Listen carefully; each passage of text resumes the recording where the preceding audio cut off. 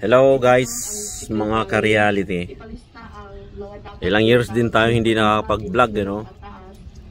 Dahil syempre di naman ako monetize, nakakatamad. Pero ito ngayon, napilitan ako mag-vlog. Gusto ko lang magkomento itong sumikat na Senyor Aguila.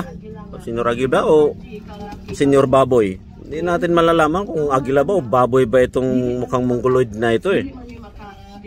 Yung sa Mindanao nagtayo ng kulto. Anak ng teteng ng mga miyembro dito, mga tanga-tanga din. Ba't nagpapaniwala sila dito? Mukha namang mongoloid. Tingnan mo yung tsura nga niya, no? Putang ina. Tapos gagawa siya ng Latin. Sikulas, sikulos at sikulorum daw. Yung Latin na nakasulat sa plug nila. Anak ng putang ina namang Senyor Aguila ka. Litsunin kita ngayon eh. Putang ina mo eh. Pitikin kong ilong mong baboy ka ngayon eh. Yan lang masasabi ko sa iyo ha, Senyor Aguila, Senyor Baboy. Pukin ang ina mo may asin.